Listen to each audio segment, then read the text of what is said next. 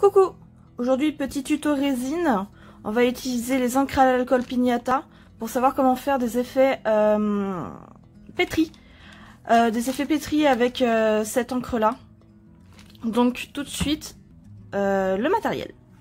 Alors, pour le matériel, bien sûr, on a la résine, la balance, de quoi touiller, les récipients et les moules en silicone et bien sûr les encres à l'alcool. Donc en premier lieu, je vais tout simplement mettre ma résine. Donc en premier lieu, je vais peser ma résine, le composant A. Hop, j'en ai 60. Et donc on voit bien composant A 100%, composant B 50%. Donc je vais mettre bien sûr 30.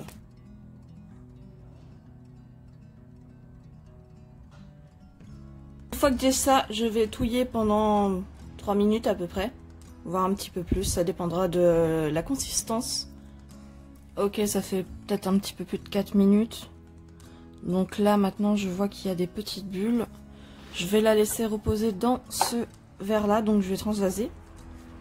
Voilà, donc je transvase tranquillement, hein, il n'y a pas besoin de se presser. Donc là je vais attendre que toutes les bulles remontent à la surface, et si jamais il reste des bulles quand je vais verser la résine, je vais faire un petit coup de chalumeau juste au dessus, très légèrement pour casser les bulles. En attendant, je vais vous parler des encres à alcool. Donc c'est de la marque Jacquard. C'est des encres Pignata Color. Voilà. Moi j'ai pris plusieurs couleurs. J'ai pris Sangria, Rich Gold, Pink, Baja Blue ou Baja, j'en sais rien, Mandarin et Rainforest Green. Donc j'ai pas pris un set de couleurs déjà préfait, j'ai pris des couleurs un petit peu au hasard, j'avoue. Je voulais tout simplement avoir du rouge, donc Sangria, du rouge, du rose, de l'orange, du vert et du bleu. J'ai pas de violet, c'est la seule couleur qui me manque, et du blanc. Donc le blanc il va énormément nous servir pour ce tutoriel. Ma résine est assez prête. Je vais pouvoir commencer à la couler.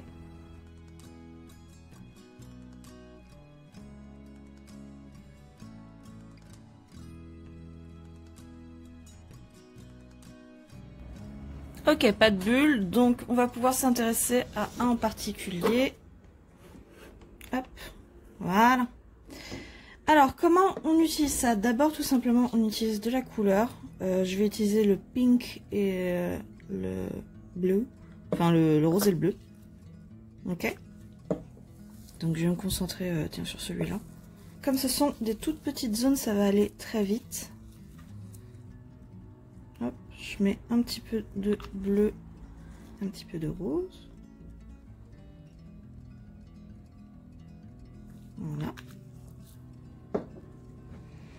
Et ensuite, je vais utiliser du blanc. Le blanc, en fait, est plus dense que les couleurs et donc va faire tomber la couleur au fond. Et ça va nous donner un effet pétri que je vais vous montrer dans quelques minutes.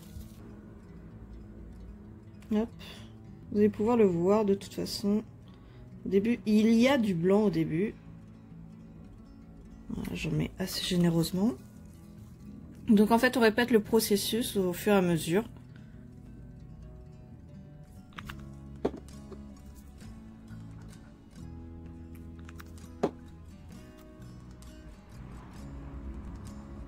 Voilà, vous pouvez voir les effets que ça fait.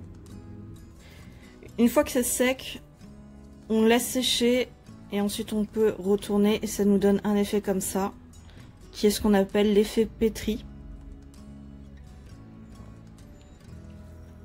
C'est un effet très joli mais aussi très aléatoire. Du coup, vous n'aurez pas une pièce qui est pareille qu'une autre. Faites ça comme vous le ressentez. N'en mettez pas trop parce que sinon il y a toute l'encre qui va tomber au fond. Hop, je vais vous montrer. Typiquement, ici j'en ai trop mis et du coup le blanc est tombé au fond. Donc c'est un petit dosage à avoir, mais ça donne des effets très sympas. Voilà, c'est tout pour ce tutoriel et moi je vous dis à une prochaine fois. Salut!